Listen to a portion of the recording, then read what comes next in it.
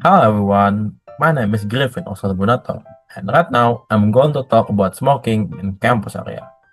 We all know that smoking is really bad for our health. Cigarettes contain many harmful chemicals like nicotine, tar, and carbon monoxide. This substance can damage our lung, heart, and even our brain.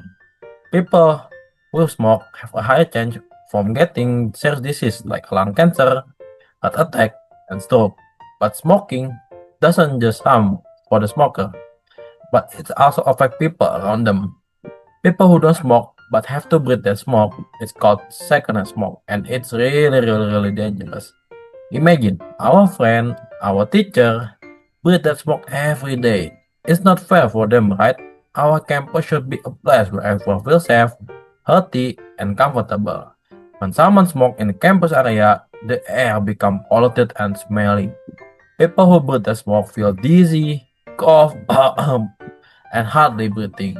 It also gives a bad example for a younger student who may think smoking is something cool, and actually, it is not. A smoke-free campus, it's really bring many benefits. It keeps the environment clean, the air fresh, and even it keeps the student to focus on the study. It also teach us about discipline and respect. Respect for what? Respect for our healthy and our environment. So what can we do? If we someone smoke in the campus area, we should tell them not to smoke because there is a sign that said no smoking in campus area. Like in my background, if let's encourage our friend who smoke to try to quit. Let's give them motivation and support, not judgment. It will really help them to quit. It's not about following rules, but it's also protecting ourselves, our friend, our environment. Together, we can make our environment clean, fresh, and a smoke-free place. And that's it. Thanks for watching. And for the next topic, we're going to talk about question. For the next topic, we're going to talk about question words. What is question word? Question word is used when we want to ask some information, whether it's about person or information that we want to know. They usually start with WH, like who, where, and the other. Don't forget about how.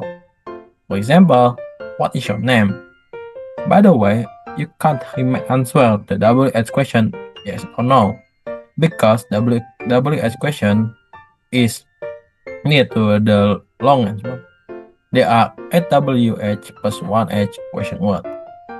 For the formula, we use the question word plus auxiliary verb. By the way, what is auxiliary verb? Auxiliary verb is used to complete the main verbs and help it to end the sentence. The formula is plus subject plus verb plus adverb, and forget about the question mark. For example, where do you they live? Or when does he arrive?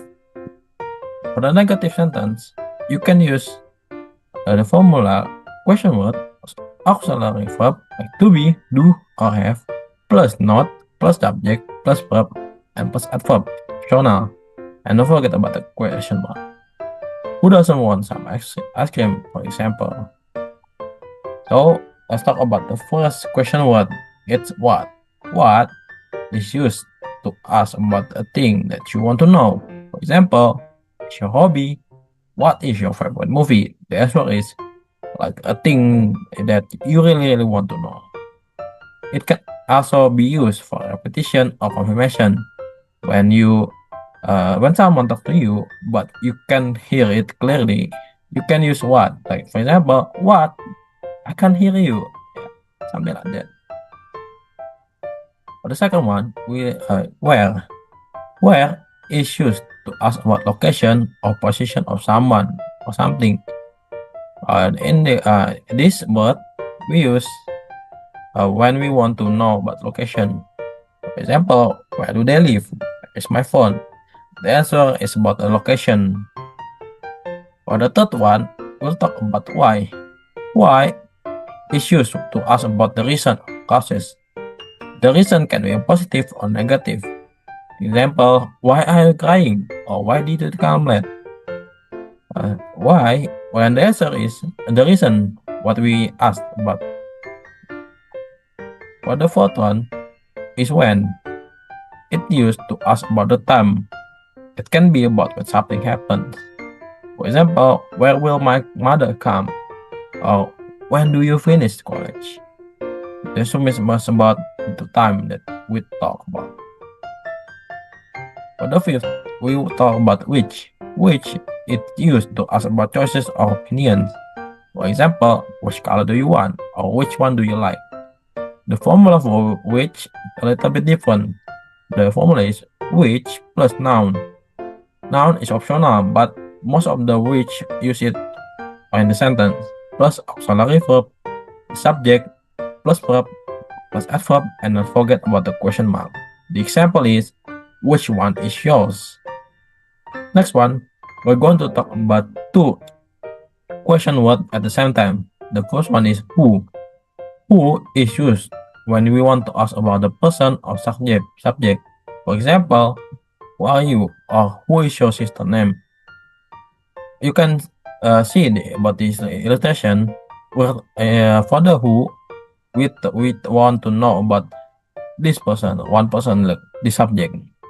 For the whom, it used for the person who has the position as object or recipient of the action from the subject. So if you look at the illustration, whom is we use when we want to know the object that has an action from the subject. For the example sentence, whom did you see in the morning? Or whom will you marry? You in the sentence is as a subject, and the person who is you going to marry is the object that will ask. The next one is whose. Whose is used to ask about possession.